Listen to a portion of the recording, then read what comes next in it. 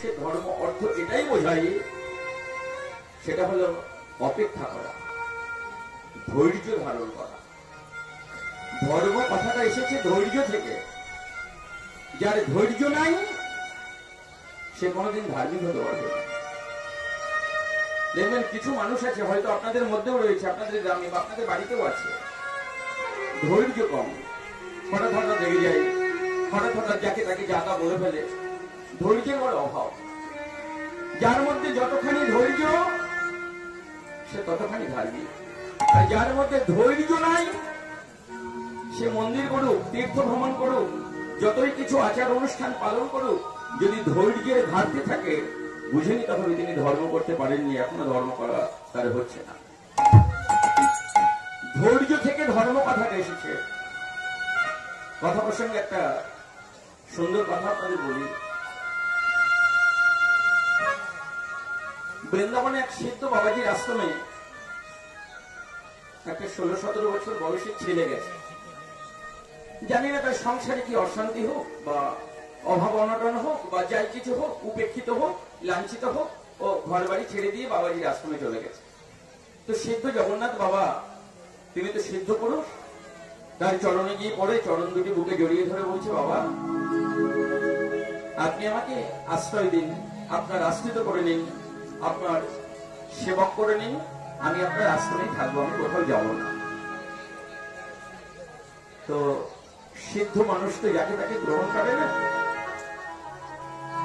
আর গ্রহণ যদি একবার করে তাকে আর ছাড়ে না।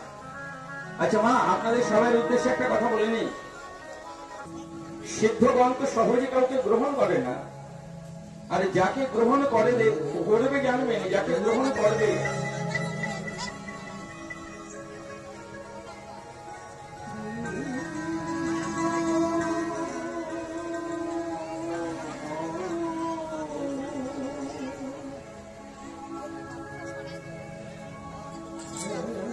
আশ্রয় দেয়, বুঝতে হবে তাকে ভবসাগর পার করবেই করবে। তাকে ধরেছে মানে তাকে আর ছাড়বে না। তো ছেলেটা এসে দিয়ে পায়ে পড়েছে, বাবাজি বলছে, আরে কি হলো হঠাৎ চরণে কেন, কি হয়েছে বাবা? বলে, বাবা আপনি আমাকে আশ্রয় দিন, আপনি আপনার সেবা করে নিন, আমি আপনার সেবা করতে চাই। মনে মনে করছেন যে সেবাটা করবি, তুই সেবক হবি না শুধু বক হবি, সেটা একবার আমার পরীক্ষা করে নিতে হবে। আচ্ছা ঠিক আছে ঠিক আছে, তোর সব কথা আমি শুনবো, তবে জানিস বাবা আমরা তো সবাই বৃদ্ধ হয়ে গেছি, তুই দেখ আশ্রমে যারা রয়েছে সবাই 75, 80, 90 বছর করে বয়স, ভালো করে হাঁটতেও চলতে পারে না। জানিস বাবা আমরা না খুব কষ্টের মধ্যে রয়েছি। বলছে, বাবা বলুন আমাকে কি করতে হবে, আপনাদের জন্য আমি সবই করতে পারি। বলেন, আরে বাবা আমরা কারোর সাহায্য নিই না। এই একটা ভাইটাল পয়েন্ট।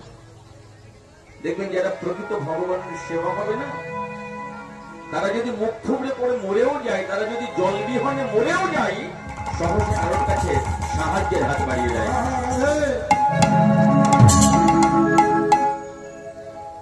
এই জন্য বৃন্দাবনের সিদ্ধ পুরুষ মহান্ত সন্তগণ তাদের আচরিত জীবনীটা একটুখানি আমাদের ফলো করা দরকার। এই যে আমরা ভক্ত হওয়ার কথা চিন্তা করি না, ভগবানের কথা শুনি, তার সেবক হব ভাবি, এটা ভাবার আগে তাদের জীবনীটা একটুখানি আমাদের আলাপচারিতায় এনে একটু আলোকপাত করা প্রয়োজন আছে। তো বলছি, না রে বাবা না না, আমাদের জন্য কিচ্ছু করতে হবে না, তবে একটা কাজ করবি বাবা। বলে, কি কাজ? বলে, তুই হয়তো জানিস কি জানিস না, তবু তোকে জানাই না, তুলসী পত্র তুলসী মঞ্জুরি ছাড়া তো গোবিন্দ সেবা হয় না। কিন্তু জানিস ওই যমুনার জল নিয়ে এসে তুলসী বাগানে দিয়ে তুলসী গাছগুলোকে বাঁচিয়ে রাখা আমাদের পক্ষে সম্ভব হচ্ছে না। আমরা হাঁটতে চলতে পারি না, ওখানে যেতে পারি না, জল আনতে পারি না। একটা মাটির কলসি আছে, ওই মাটির কলসিটায় করে একটু করে যমুনার জল নিয়ে এসে দিনে একবার করে এই তুলসী বাগানে তুলসী বনে দিয়ে একটু তুলসী বৃক্ষগুলোকে বাঁচিয়ে রাখতে বাবা।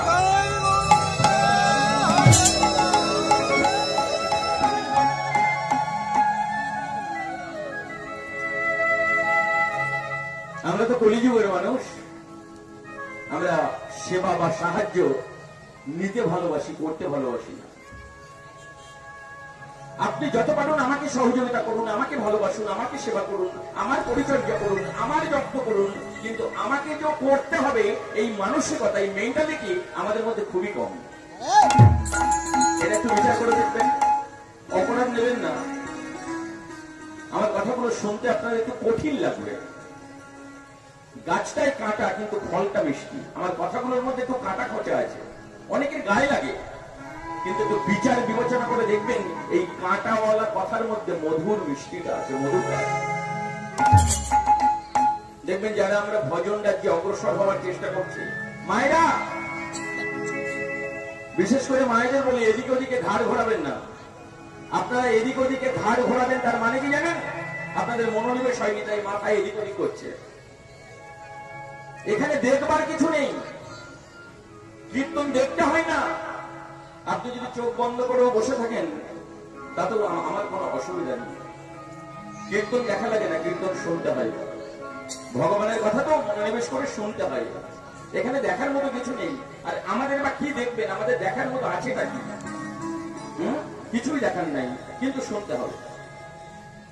দেখবেন যারা আমরা ভজন রাজ্যে একটু অগ্রসর হচ্ছি, একটু মালা তিলক করি, একটু নামের মালা ঝোলা, একটু তিলক মাথায় চৈতন্য চৈতন্য রেখেছি, তাদের মধ্যে সুপ্ত ভাবে কোথায় যেন একটা সেবা প্রার্থনা এরা আশা করে অন্যের কাছে। এটাই হলো ভজন রাজ্যের প্রথম মূল। একজন বৈষ্ণব যদি কোনো বাড়িতে যাই, সে প্রথমেই ভেবে ফেলে আমি বৈষ্ণব এসেছি, এই বাড়ির লোকজন বৈষ্ণব উচিত সম্মান আমায় করছে না তো। আপনি যখনই সম্মানের প্রত্যাশা করবেন, যখনই আপনার সম্মানের প্রত্যাশা আসবে, তখনই ওই মুহূর্তেই আপনার বৈষ্ণব ধর্ম নষ্ট হয়ে যাবে।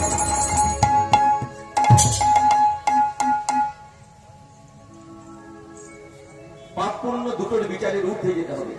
যদি ভগবানের কৃপা পেতে হয়, ও মায়েরা, ভক্তমণ্ডলী, আমরা যার যোগ্য পুজো করি কেন? আমার পূর্ণ হলে ভগবানের কাছে যাবো, বৈকুণ্ঠে যাবো বা গোলকে যাবো। এমন কোন কাজ করবো না যাতে আমার পাপ হয়, পাপ হলে নরকে যাবো।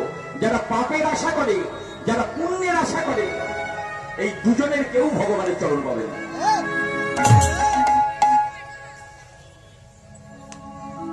আপনি পুণ্য চাইছেন, পুণ্যের প্রার্থনা করুন, আপনার ভগবানের চরণ প্রাপ্তি থেকে আপনি বঞ্চিত হবেন।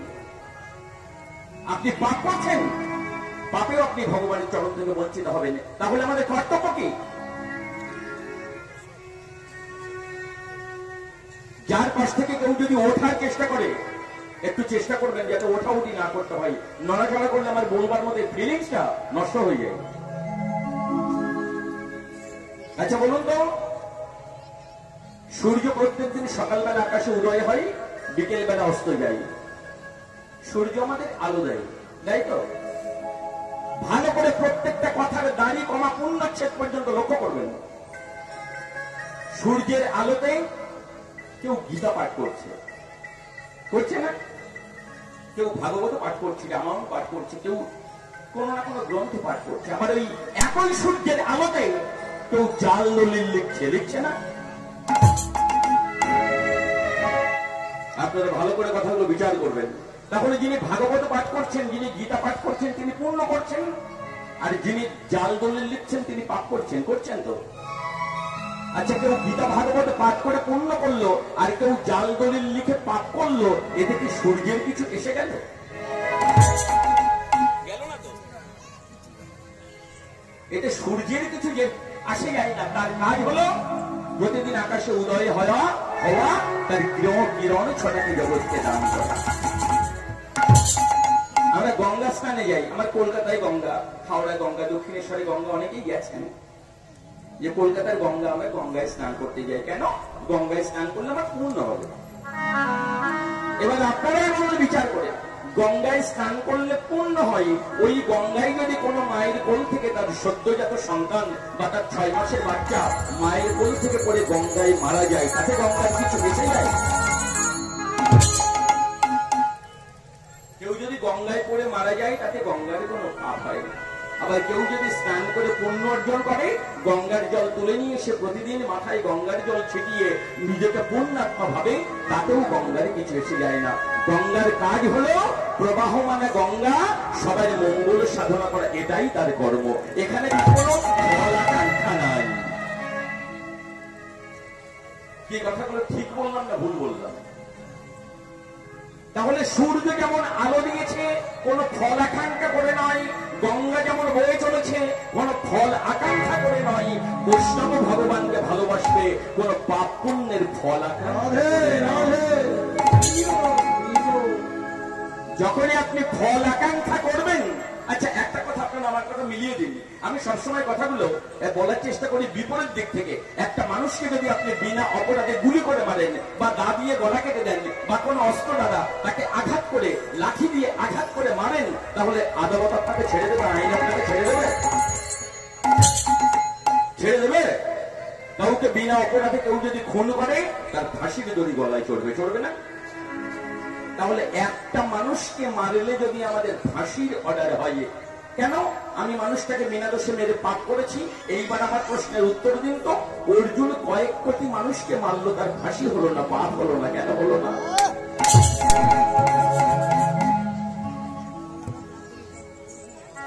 আমার কথাগুলো এইখানে। আমার প্রত্যেকটা কথা ভালো করে সম্মান করে আপনারা শুভ বুদ্ধি কাজে লাগিয়ে উত্তর দেবেন। আপনারা উত্তর দিলে আমার একটু বলতে সুবিধা হয়, আর আপনারা যদি চুপচাপ বসে থাকেন তাহলে আমার বলতে অসুবিধা হয়। কীর্তন আদান প্রদান দিতে হয়, আবার নিতে হয়। আদান প্রদান না করলে কীর্তন হয় না। তাহলে একটা মানুষকে মারলে আমাদের মৃত্যুদণ্ড হয়, সেখানে অর্জুন কত কোটি মানুষকে মারলো, তার মৃত্যুদণ্ড তো হলোই না, তার কোনো পাপ হলো না, বরং ভগবান তাকে সহায়তা করলো। কেন বললো? কোনদিনই নিজেকে জিজ্ঞাসা করেননি? কখনো নিজেকে এই প্রশ্নগুলো করেননি? এগুলো তো আমাদের করবার সময় হয়েছে। আমি প্রথমে বলেছি, আরেকবার বলি, একটু বিপরীত দিকে আমরা হাঁটবো। অর্জুনের কেন পাপ হয়নি জানেন? অর্জুন পাপ পুণ্যের ঊর্ধ্বে শুধু কর্মটুকু করেছে ভগবানের আজ্ঞাবাহী হয়ে। এটা ছিল তার কর্ম। ভগবান, আমি তোমার প্রেরিত, তোমার নির্দেশিত, তোমার অনুমোদিত কর্ম করছি। এতে পাপ হলেও তোমার, পুণ্য হলেও তোমার।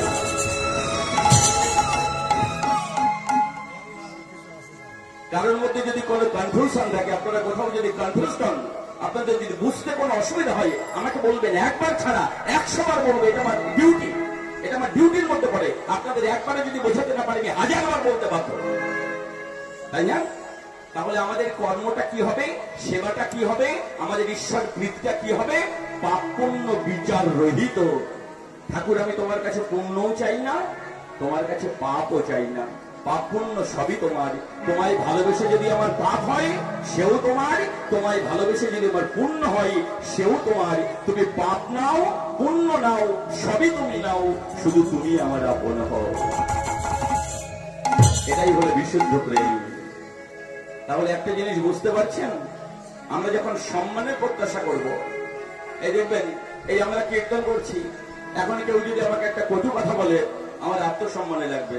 আবার কেউ যদি ভালোবেসে এসে বুকে জড়িয়ে ধরে, আমার খুব আনন্দ হবে। কেন? আমরা তো জড়ে জগতের জীব, আমরা কুয়োর ব্যাং, আমরা বৃহৎ জগৎটাকে চিনি না। তাই আমরা সম্মান বোধ, আত্মসম্মান বোধ, ভালো মন্দ জ্ঞানটা কাজ করে। যেদিন এই জড় জগৎ থেকে, এই কুয়োর ভেতর থেকে আমি বৃহৎ জগৎটাকে চিনতে শিখবো, সেই দিন এই সাধারণ ভালোবাসা দূরে সরিয়ে দেওয়া, এটা আমার আর কোনো কাজ করবে না।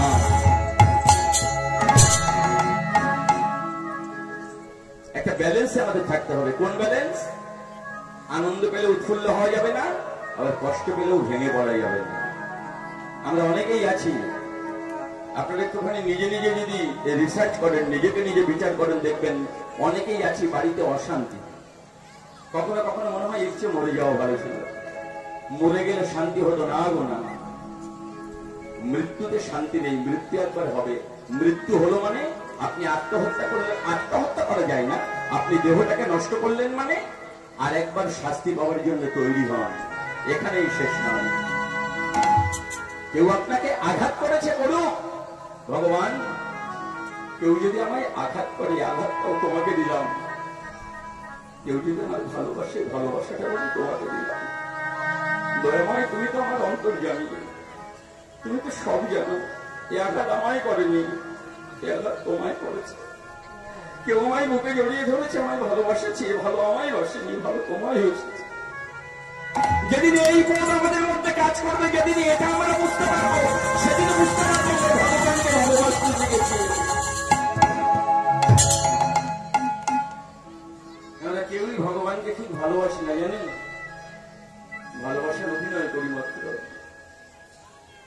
সেটা অন্য কথা, অন্য জায়গা। আমি সবাইকে বলি, আপনারা আমাকে খারাপ বলুন, আমাকে দুচ্ছা করুন, আমাকে নিন্দা করুন, আমাকে তাচ্ছিল্য করুন, আমাকে ধরে মারুন, এক হাত আমার গায়ে লাগবে, কিন্তু আমার অন্তরে যিনি রয়েছেন আমি তাকে আগিয়ে রাখবো, আমি তার গায়ে লাগতে দেবো না।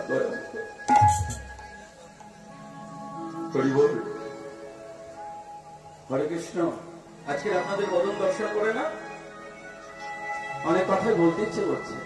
এই যে আমরা গুরু দীক্ষা নিয়ে, আপনারা কিছু মনে করবেন না, আমি আপনাদের দুঃখ দেওয়ার জন্য কোনো কথা বলবো না। আপনাদের আত্মার উন্নতির জন্য, আপনাদের সহজ পথটা দেখানোর জন্য, আপনাদের সুচিন্তিত একটা মতামত দেওয়ার জন্য আমি প্রস্তুতি নিই সর্বক্ষণ। আপনারা তো কীর্তন শুনে বাড়ি চলে যাবেন, গিয়ে ঘুমাবেন। আমাদের চোখে ঘুম নাই জানেন। আপনাদের চরণ দর্শন পাবো এই প্রত্যাশা নিয়ে যদি বাড়িতেও থাকি, বাড়িতেও ভালো করে ঘুম হয় না, কারণ আমাদের প্রচুর খাটতে হয়। পড়াশোনা শেষ করেছি গত বছর আগে, কিন্তু আজও আমাদের পড়াশোনা শেষ হয়নি, কারণ আমরা তো এখনো সেই শিক্ষানবিশ পালন করছি। এখন আমরা ছাত্র, প্রতিনিয়ত আমাদের পড়াশোনা করতে হয়, অনেক ভাবতে হয়। এর মানে এই নয় যে পড়াশোনা শেষ করে দিয়েছি মানে আর আমার কোনো চ্যাপ্টার নেই, ওই চ্যাপ্টার চলে গেছে আবার কীর্তন করে খাবো, তা কিন্তু না। আমাদের অনেক চিন্তা ভাবনা করতে হবে। ভক্তমন্ডলী, ভক্তিমতী মা গো, এই যে আমরা গুরু দীক্ষা অনেকে নিয়েছি না। আচ্ছা মা, দীক্ষা নেওয়া মানে কি ভক্তমন্ডলী মা গো? ও মায়েরা, দীক্ষা নেওয়া মানে কি? দীক্ষা নেওয়া এর অর্থটা কি? আমি দীক্ষা নিয়েছি, কেউ যদি বলে মানে কি, আপনি কি উত্তর দেবেন? মায়েরা কি উত্তর দেবেন? বলে কেন গুরুদেব বলেছে গলায় তুলসীর মালা পড়বে, কপালে তিলক করবে, ঠাকুরের সেবা করবে, তুলসীর গোড়ায় জল দেবে, আর নিরামিষ খাবে, আর কীর্তন কীর্তন শুনবে, গীতা টিতা পড়বে, এগুলো তো পড়ছে। দীক্ষা নেওয়া মানে কি তাই? একটুখানি বুঝবেন, দীক্ষা নেওয়া মানে কি তাই? দীক্ষা নেওয়া মানে তাই নয়। দীক্ষা নেওয়া মানে গুরুদেবের শাসন পালন মানা। আমি দীক্ষা নিয়েছি মানে আমি গুরুদেবের শাসন পালন মানবো, আমি তার পদক্ষেপে মন থাকবো, তিনি যেটা বলবেন সেটাই হবে আমার জীবনের সর্বস্ব।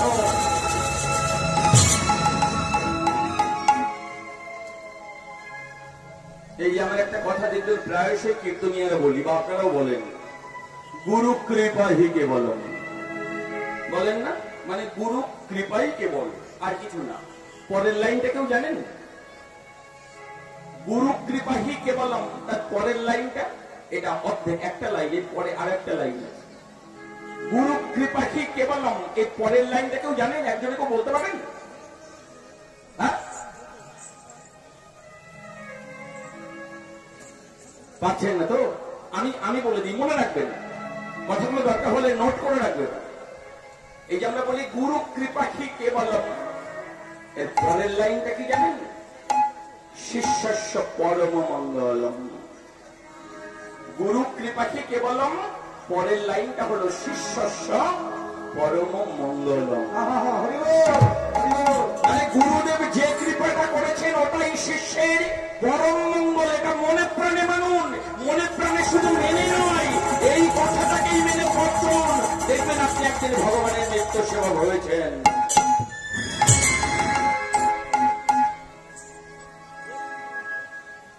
একজন ভক্ত ছিলেন, নাম তুকারাম। ভালো করে শুনবেন কথাটা, ছোট্ট গল্প। তুকারাম একটা বছর 8-10 ছেলে, একটা হাফ প্যান্ট পরা, একটা গেঞ্জি গায়ে, तुकाराम কাছে গিয়ে বলছে, বাবাজি मुझे आपका सेवक बना लीजिए। ये लल्ली क्या कर रही है? माने छोटो बच्चा की बोलছে? बोले हाँ संत जी, हम लोग माने पहचानता है कि बहुत दिन तो गुजर गया, बहुत गलत काम किया, तो अभी अभी सोच रहा हूं जिस संतों के चरणों में आप लोग ये देह को सौंप दीजिए, संतों की चरण सेवा कर लिए जन्म धन्य कर दीजिए। संत जी तुकाराम जी बोलছেন, উনি তো নন বেঙ্গলি, বাংলায় কথা বলতে পারেন না, বাংলা ভাষাটা আমি করে দেবো। ছোট বাচ্চাটা বললো, হে গুরুদেব আপনার চরণে আমার স্থান দিয়ে সেবা করে নিন। ছোট্ট ছেলেটা বলছে, তুই দীক্ষা নিবি? আহা, গুরুদেব বলছে, তুকারামজি বলছে তুই দীক্ষা নিবি? বলছে হ্যাঁ। বলে আমি তোকে দীক্ষা দেবো। তা আমি দীক্ষা দেওয়ার পরে তুই এবার কথা শুনবি? বলে হ্যাঁ শুনবো। বলে শুনবি? বলে শুনবো। বলে তবে কাছে আয়, কাছে আয়। ছোট্ট ছেলেটা কাছে এসছে। বলে এই দেখ, এইখানে দেখ কতগুলো 5-6টা ছেলেরা খেলা করছে তোরই বয়সী। তা তুই এক কাজ কর, ওই ছেলেগুলোকে একটা বেশ মোটা লাঠি নিয়ে যা, বেশ মোটা বাঁশের লাঠি নিয়ে যা, ওদের মাথায় খুব জোরে জোরে একটা করে মারবি, মেরে ওই সব কটাকে মেরে ফেলবি। ঠিক আছে, কই পরিশ্রম না করি। এই কথা, কোন অসুবিধা নেই, আমি যাচ্ছি, চিন্তা করতে হবে না। একটা মোটা বাঁশের লাঠি গিয়ে এক একটার মাথায় জোরে জোরে আঘাত করেছে, মাথাটা ফেটে গিয়ে অজ্ঞান হয়ে পড়ে গিয়ে সজনে দেবে। গুরুজি मैंने मार दिया। ओ मेरे ফেলেছিস? हाँ गुरुजी। बस फिर एक काम करो, वो जो आश्रम में कोदाल है ना, वो लाने के बाद दिया पर माटी खोद के वो माटी के अंदर वो कपूत दी। বলছে আশ্রমে কোদাল আছে, নিয়ে এসে মাটি খুলে ওই ছোট বাচ্চাকে মাটির মধ্যে পুঁতে দাও। যা বলেছে গুরুদেব তাই মাটির মধ্যে পুঁতে দিয়েছে, দিয়ে মাটিটা একটু উঁচু করে দিয়েছে। বলছে গুরুজি ফির মাইনে কেহা করে? বলে ওই যে উঁচু করেছিস জায়গাটা, ওর উপরে এবার যোগাসনে বসে থাক। গুরুদেব যা যা বলেছে তাই তাই করেছে, পরে ওই মাটি উঁচু করেছে, 6টা ছেলেকে পুঁতে দিয়ে ওর উপরে যোগাসনে বসে আছে। অনেকক্ষণ পরে যখন সন্ধ্যা নেমে আসছে, সূর্য অস্ত গেছে, ওই ছেলেদের যে মায়েরা বা বাবারা, বাড়ির গার্জেনরা, ওরা খুঁজতে বেরিয়েছে। ছেলেগুলো এখন বাড়ি যায়নি। এসে বলছে বাবাজি हमारे तो 6 लाली मियाँ पर खेल रहा है, आप लोग देख सकते हैं? মানে আমাদের 6টা বাচ্চা এখানে খেলছিল, আপনি দেখেছেন? বলে হ্যাঁ দেখেছি। ये कहाँ गया? ढूंढते ढूंढते आपके आश्रम पर आ रहे हैं, খুঁজতে খুঁজতে আপনার কাছে এসেছি। ওরা কোথায় গেল? বলে আছে। বলে কোথায়? বলে ওই যে ছেলেটা দেখছে বসে আছে, ওই 6টা বাচ্চাকে ও ওই বাঁশের লাঠিটা দিয়ে মেরেছে, মেরে ফেলেছে, মেরে ফেলে মাটিতে ফুটে দিয়ে ওই উঁচু মাটির উপরে বসে আছে। আপনারা বিচার করে বলুন, এই কথাটা শোনবার পরে কারোর বাবা মা ঠিক থাকবে? ঠিক থাকবে না তো। ওই বাঁশের লাঠিটা দিয়ে ওই 6টা বাচ্চাকে, যারা বাড়ির গার্জেন, ওই ছেলেটাকে বেদম মার। সে মারের কোনো ব্রেক নেই। ও যখন পড়ে গেছে অজ্ঞান হয়ে, সারা গা হাত পা মাথা ফেটে গিয়ে রক্ত বেরোচ্ছে, তখন এই 6টা ছেলে মেয়ের বাবা মনে করেছে ওরাও, ওই ছেলেটাও মরে গেছে। এবার যখন দেখছে অজ্ঞান হয়ে অচেতন হয়ে পড়ে গেছে, মাথায় আঘাত করেছে, সারা শরীর দিয়ে রক্ত বেরোচ্ছে, এইবার তুকারামজি ধীরে ধীরে ধীরে ধীরে ওই ছেলেটার কাছে গেছে। কাছে গিয়ে বসে দুটো গালে হাত দিয়ে কানের কাছে মুখ নিয়ে বলছে कैसे लग रहा है? কিরকম লাগলো? তখন ছেলেটা কি বলছে জানেন? গুরু কৃপাহি কি বলো। এই কথাটা আপনারা মানতে পারবেন? এত মার খাবার পরে, এত রক্ত ঝরবার পরেও ছেলেটা বলে উঠল গুরু কৃপাহি কে বলো। যেই গুরু কৃপাহি কেবলম বলেছে, হে গুরুদেব আপনি কৃপা করে এটা আমাকে করেছেন, এটাই আমার কৃপা। এই রক্ত ঝরলে আপনার কৃপাতে, আপনার কৃপার সীমা পরিসীমা নাই। যেই কথাটি বলল তুকারাম, ওই বাচ্চাটাকে সজনে মুখে জড়িয়ে ধরেছে।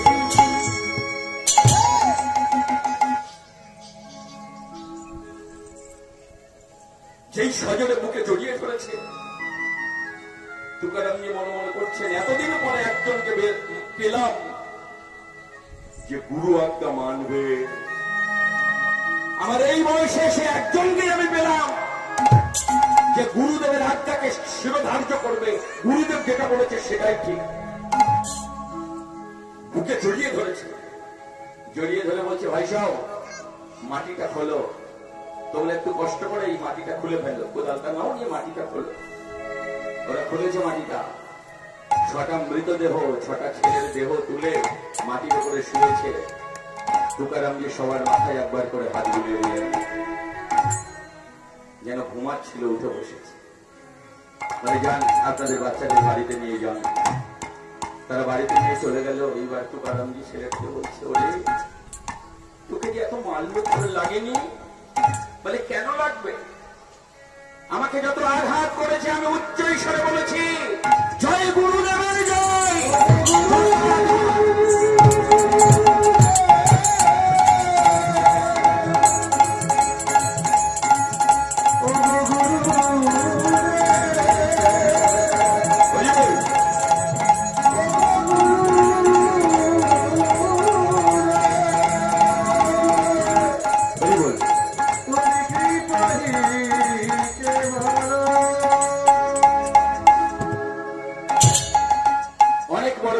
ছোট করে নিয়ে আসি। ছেলেটাকে দীক্ষা দিলেন, ছেলেটা ভজন করে অনেক দূর এগোলো।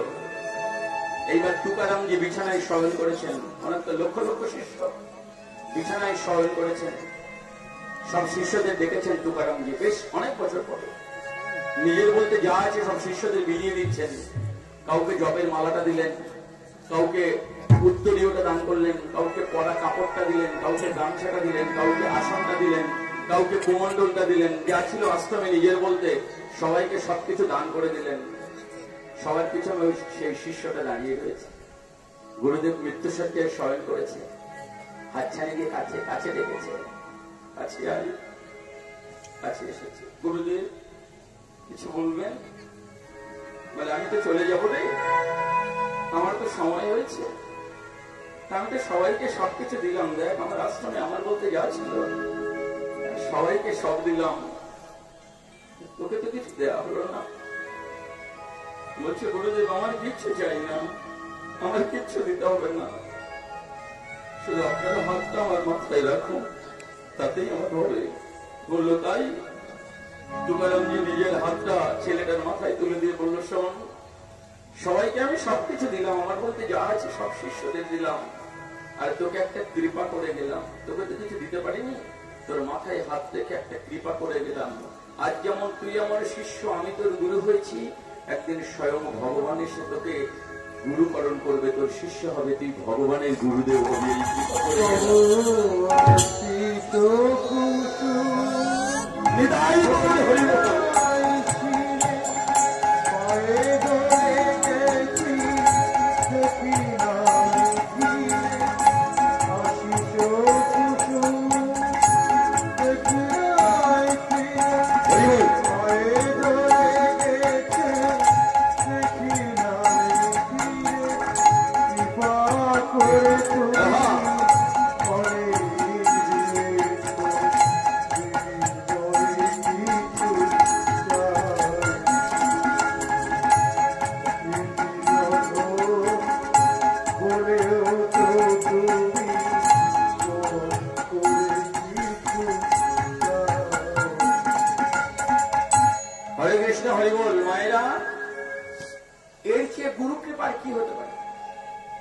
মাথায় হাত থেকে বলে গেলেন আমি তোকে কৃপা করলাম, একদিন ভগবান তোর শিষ্য হবে, তুই ভগবানের গুরুদেব হবি। এই ছেলেটাই ছিলেন শান্তিপুরী মুনি। আপনারা জানেন পরবর্তীতে ভগবান তার শিষ্য হয়েছিল। শান্তিপুরী মুনি ভগবানের গুরুদেব হয়েছিলেন, ভাবতে পারেন। এই হলো গুরু কৃপা। আমরা গুরু দীক্ষা নেব মানে, গুরু কৃপা পাবো মানে আমরা গুরুদেব যেটা বলেছেন সেটাই আমরা শিরোধার্য করবো। আপনারা বিচার করে বলুন, আমরা বিচার করে বলি আমরা কতখানি সেটা করতে পেরেছি। আজকে আমার শ্রী গুরুদেব এখানে নাই। আমার একজন গুরুদেব 2002 সালে প্রয়াত হয়েছেন। পরবর্তীতে আমি সেই ঘরেই আরেকজনকে গুরুকরণ করেছি। তার কথা বলি, তিনি বেশি এখন বর্তমানে এই ধামে আছেন। করোনাকালে যখন কীর্তন ছিল না, আমার গুরুজি আমাকে ফোন করে বলছেন, বাবা যাই গুরু কৃপা কেমন হয়? কাকা তোমার যদি কোনো অসুবিধা থাকে তুমি আমায় বলো। গুরুদেব তো অন্য জিনিস, আমরা তো বুঝতে পারি না। যদি কখনো কোনো প্রয়োজন লাগে আমায় বলো। আমি বললাম না বাবা, আপনার কৃপা যখন আছে আমার কি প্রয়োজন থাকবে। একদিন হঠাৎ গুরুদেব স্কুটি নিয়ে আমার বাড়িতে এসেছে, নিজে স্কুটি চালিয়ে এখানে ওখানে যাতায়াত করে। এসে হঠাৎ বন্ধ দরজার বাইরে রাখিয়েছে, খোকা আমি গুরুদেবের গলা জানি। বুঝলি বাবা, দুপুর বেলা 10:30 11টা বাজে গুরুদেব এসেছে। বাবা আপনি? বলে হ্যাঁ এই পথ দিয়ে যাচ্ছিলাম, আমার একটু পঞ্চায়েত অফিসে কাজ ছিল, একটু আমরা গেছিলাম, তাই পথ দিয়ে যাচ্ছি। তো বসলেন, আমি একটু চা জল খাবার যা দিলাম, মিষ্টি যা দিলাম, জানেন পকেট থেকে 30,000 টাকা বের করে আমাকে বলছে, খোকাইতে তুমি রাখো, জানি অনেকদিন তোমার কীর্তন নাই, তুমি কীর্তন করতে পারছো না, তোমার ঠাকুর সেবা আছে, নিজের কিভাবে চলছে আমি তো বুঝতে পারি, তোমার কষ্ট হচ্ছে, 30,000 টাকা রাখো, আমার এখন লাগছে না, তোমার সময় হলে আবার ফেরত। গুরুদেবের কাছে চাইতে হয় না, গুরু ভগবানের কাছে চাইতে হয় না যে আমায় তুমি কৃপা করো, তিনি কৃপা করে রেখেছেন। গুরু শিষ্যের সম্পর্কটা হবে এইখানে, এক অপরের দুঃখ কষ্ট বুঝবে, এক অপরের মনের মানুষ হবে। ওকে গুরুদেবের মতো আপন অন্তরের মানুষ আর কেউ নয় পৃথিবীতে। যে কথা নিজের বউয়ের কাছে বলা যায় না, সে কথা গুরুদেবকে বলা যায়। তিনি আমার আত্মার আত্মীয়, জানেন, একমাত্র আত্মার আত্মীয় হলেন গুরুদেব। যে কথা বাবা মা নিজের স্ত্রীর কাছে বলা যায় না, সে কথা গুরুদেবের কাছে বলা যায়। আমরা কজনে পেরেছি এমনি করে গুরু আজ্ঞাবাহী দাস হতে? তাহলে ভগবানের কৃপা করবেন কি করে? সেই পরম শিক্ষা দেবার জন্য আমার গৌর হরি অবতরণ করেছেন। তাহলে আমরা একটু এগিয়ে যেতে যেতে বলবো,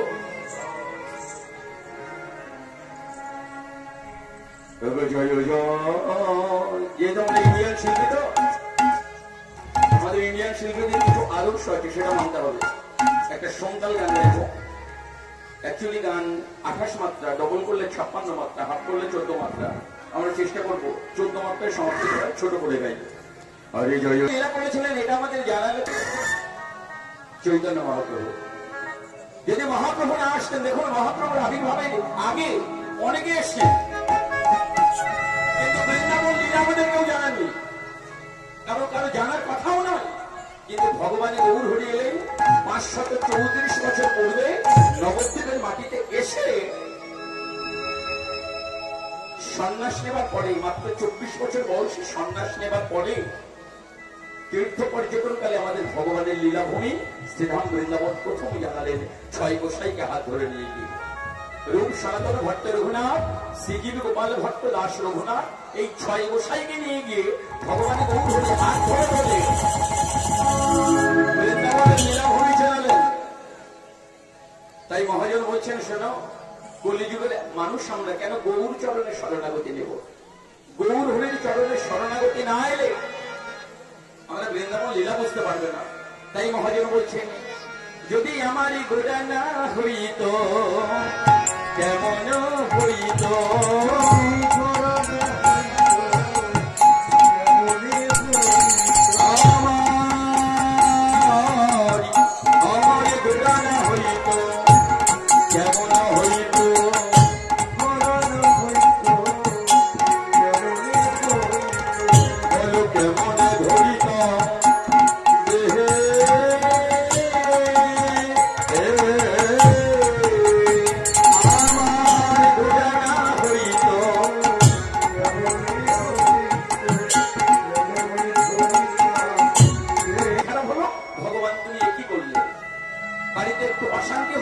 ভগবান তুমি একই করলে, ছেলে বাবাকে দেখলো না চলে গেল, ভগবান তুমি একই করলে, বউ ঘর করলো না চলে গেল, ভগবান তুমি একই করলে। আরে সবকিছু তো ভগবান করলো।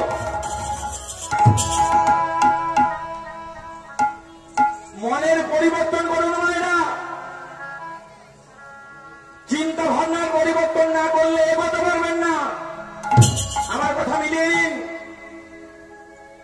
ভগবানকে শুধু ব্যবহার করবেন নিজের স্বার্থ সিদ্ধির জন্য, নিজের ভালো থাকার জন্য, এটা ভজন বলে না, এটা ভজন বলে।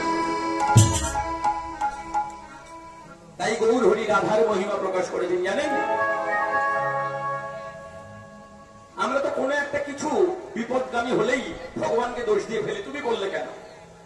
সনাতন গোস্বামী পাদের এই পায়ের এইখানে একটা ঘা হয়েছিল, জানেন। এই বৃন্দাবনে জ্বালানি কাঠটার তো ভেঙে এনে উনি প্রসাদ বানাতেন, তার শুকনো কাঠের খোঁচা লেগে একটা ক্ষতস্থান হয়ে ঘা হয়েছিল। কিছুদিন পরে তার মধ্যে দেখলো পোকা জমেছে, ছোট ছোট কীট তৈরি হয়েছে। তা বৃন্দাবনের একজন ব্রজবাসী বলছেন, বাবাজি আপনার পায়ে যে ক্ষতস্থান হলো, আমি একটু গাছের পাতা এনে জড়িবুটি করে আপনার ক্ষতস্থানটা সারিয়ে দেবো, একটু গাছের পাতার রস দিয়ে ক্ষতস্থান সেরে যাবে। সনাতন গোস্বামী পাদ বললেন, না না, ও তো আমিও পারতাম সারাতে, কিন্তু সারাচ্ছি না। বাবাজি বলছেন, কেন সারাচ্ছ না? ক্ষতস্থানটা বেড়ে যাচ্ছে, পোকা হয়েছে, আপনি সারাচ্ছেন না। বলে ওইটাই তো আমার দুঃখের কারণ। বলে কেন? বলে যদি ক্ষতস্থানটা এমনিতেই থাকতো তাহলে সারিয়ে তুলতাম। তো আমি দেখলাম ক্ষতস্থানের মধ্যে কতগুলো পোকা আশ্রয় করেছে। আমি যদি ক্ষতস্থানটা সারিয়ে তুলি তাহলে পোকাগুলো কোথায় থাকবে বলো তো? ওদের তো কেউ রাখবে না, ওদের তো থাকার জগতে কোনো জায়গা নেই। তাই ওই কীটগুলো যাতে কষ্ট না পায়, ওরা যাতে কারোর কাছে আশ্রয়হীন হয়ে না পড়ে, তাই আমি ওদের আশ্রয় দিয়ে আমার ক্ষতস্থানটা রেখে দিয়েছি। এইবার বলুন ভজনটা কোথায় দাঁড়িয়েছে? ভগবান কেন এই সকল ভক্তদের জন্য পাগল হয়েছে? কতখানি ত্যাগ করলে এইরকম চিন্তা ভাবনা কাজ করে এটা একবার ভাবুন। আমি আরেকবার বলবো, মনে হয় ভাবার সময় হয়েছে। ভগবানকে ভালোবাসবেন শুধু পাওয়ার জন্য না, ভগবানকে ভালোবাসেন শুধু দেওয়ার জন্য। আমরা ভগবানের উপরে রাগ করি, ভগবান তুমি আমায় কিছু দিলে না বলে। আর রাধারানীও ভগবানের উপরে রাগ করতো কি কেন? ভগবান আমার কিছু নিল না বলে। আমরা বলি কেন দিলে না? আর শুদ্ধ ভক্ত ভগবানকে বলে ভগবান তুমি আমার কেন কিছু নিলে না? আমার তো সবই ছিল, তুমি নিলে না। ভগবানকে ততটাই ভালোবাসতে পারবেন, ততটাই ভজন রাজ্যে এগোতে পারবেন আপনি যতটা ছাড়তে পারবেন, মানে যতটা ত্যাগ করতে পারবেন। যার ত্যাগে নাই তাকে দেখতে ভক্তের মতো হলেও তিনি ভক্ত নন। এইবার আপনারা নিজেরা নিজেরা বিচার করে মনে মনে সিদ্ধান্ত নিন যে আমি কতখানি ভগবানের জন্য ত্যাগ করেছি, কতখানি ভগবানের কৃপা পাওয়ার জন্য নিজেকে প্রস্তুত করেছি। গড়িয়ে তো অনেক করেছি, স্রোতে তো অনেক গা ভাসিয়েছি, কতটা ত্যাগ করেছি এটাই হলো বড় ব্যাপার। অনেক ভক্ত আছে দেখবেন, অনেক জমি জায়গার মালিক, তাদের কাছে গিয়ে একবার কেউ বলে দেখুন তো বাবা তোমার তো এত জায়গা জমি, এত বাস্তু, এত জমি জায়গা, একটা ভগবানের মন্দির হবে বাবা, তুমি কাঠা দশেক জায়গা ভগবানের মন্দিরের নামে দান করো না, হুবড়ি খেয়ে পড়বে। ভক্ত হতে হয়, ভক্ত সাজিলে হয় না। আজকের বৃন্দাবনে যারা মহাজন হয়েছে একটা কথা ভাবো, এই যে 6 গোস্বামী সারা পৃথিবী ভক্তের অগ্রগণ্য, সবার মাথার মুকুটমণি, এরা কেউ ভিখারি ছিলেন? এই যে 6 গোস্বামী যারা, এরা কেউ ভিখারি ছিলেন? একটা এইটুকু কাপড়, একটা বহির্বাস আর একটা কৌপিনের এইটুকু কাপড়, এক টুকরো কাপড়, দুটো নেননি। একজন প্রধানমন্ত্রী, একজন অর্থমন্ত্রী নবাব হোসেন সাহেব, এই রূপ সনাতন দুটো ভাই মন্ত্রিত্ব ছেড়ে বৃন্দাবনে ভিখারি হয়েছে। এতটুকু করে কাপড়, তাদের শোয়ার জায়গা নাই, ঘর তো দূরের কথা, একটা গাছের তলায় 2 রাত্রি থাকেন না। একটা গাছের তলায় 2 রাত্রি থাকলে গাছের তলার প্রতি তার মায়া বসে যাবে বলে একটা গাছের তলায় এক এক করে রাত থাকেন। তাহলে বলুন ভগবানকে আপন করতে হলে কতখানি ছাড়তে হয়? আমরা কতটা ছেড়েছি? একটা জামা যদি একটু অপরিষ্কার হয়, শালা বউ জামা কাপড় ভালো কাচতে পারে না, যেখানে সেখানে ময়লা। যারা দেখবেন বৃন্দাবনে মহাত্মা, যারা সিদ্ধ পুরুষ আয়ু বৃন্দাবনে যাবেন, তাদের জামা কাপড়ের চেহারা দেখলে কাছে যেতে ইচ্ছে করবে না। কিন্তু একটা মজা আছে জানেন, আমরা দামি দামি বডি স্প্রে, দামি দামি পারফিউম লাগাচ্ছি, সারা জামা কাপড় দিয়ে পচা গন্ধ বেরোচ্ছে। আর বৃন্দাবনের সিদ্ধ মহাত্মাগণ কালো জামা কাপড় পরে আছে, নোংরা, দাড়ি কাটে না, চুল কাটে না, পায়ের হাতে নখ বড় বড়, অথচ গায়ের কাছে গিয়ে বসবেন দেখবেন অঙ্গ থেকে একটা পদ্ম গন্ধ বাইরে বেরিয়ে। আমার কথা মিলিয়ে নেবেন, যাবেন, গিয়ে প্রত্যক্ষ করে এসে আমাকে বলবেন বাবা তুমি ঠিক বলেছিলে। এই যে সুবাস, এই যে সুগন্ধ, এটা কিসের? এটা হলো ভগবত ভক্তি। কৃষ্ণ ভক্তি যার অন্তরে থাকে তার অঙ্গ থেকে কৃষ্ণ অষ্টপদ্মের গন্ধ বাইরে প্রকাশ হয়, আর এই গন্ধই বলে দেয় সে ভজনটা দিয়ে গিয়েছে। ভক্তমন্ডলী, এবার চিন্তা করুন যে আমরা কতখানি ভগবানের চরণে এগোতে পেরেছি। তাহলে রাধারে মহিমা গৌর হরি কেন প্রকাশ করলে? রাধারানীর মতো ত্যাগ সীতা দেবীও করেননি, রাধারানীর মতো ত্যাগ লক্ষ্মী দেবীও করেননি, রাধারানীর মতো ত্যাগ কেউ করেননি। আমার বলতে সব ছেড়েছে গোবিন্দকে ভালোবেসে। জাতি ধর্ম, কুল ধর্ম, পতি ধর্ম, সতী ধর্ম, বেদ ধর্ম, যিনি বেদকে উপেক্ষা করেছেন। রাধারানী গোবিন্দকে ভালোবাসে বেদের বিধান মানেনি, বেদে যে বিধান দেওয়া আছে সেই বিধান মানেননি গোবিন্দকে ভালোবেসে। তাই গৌর হরি রাধারানীর প্রেমের মহিমা জগৎকে ভালোবেসেছেন, যে এই প্রেমের এক বিন্দু দুয়াই সাদা ত্রিভুবন এক বিন্দু। এই রাধা প্রেমের কথা জগৎবাসীকে প্রকাশ করেছেন। হরি গো রাধার মহিমা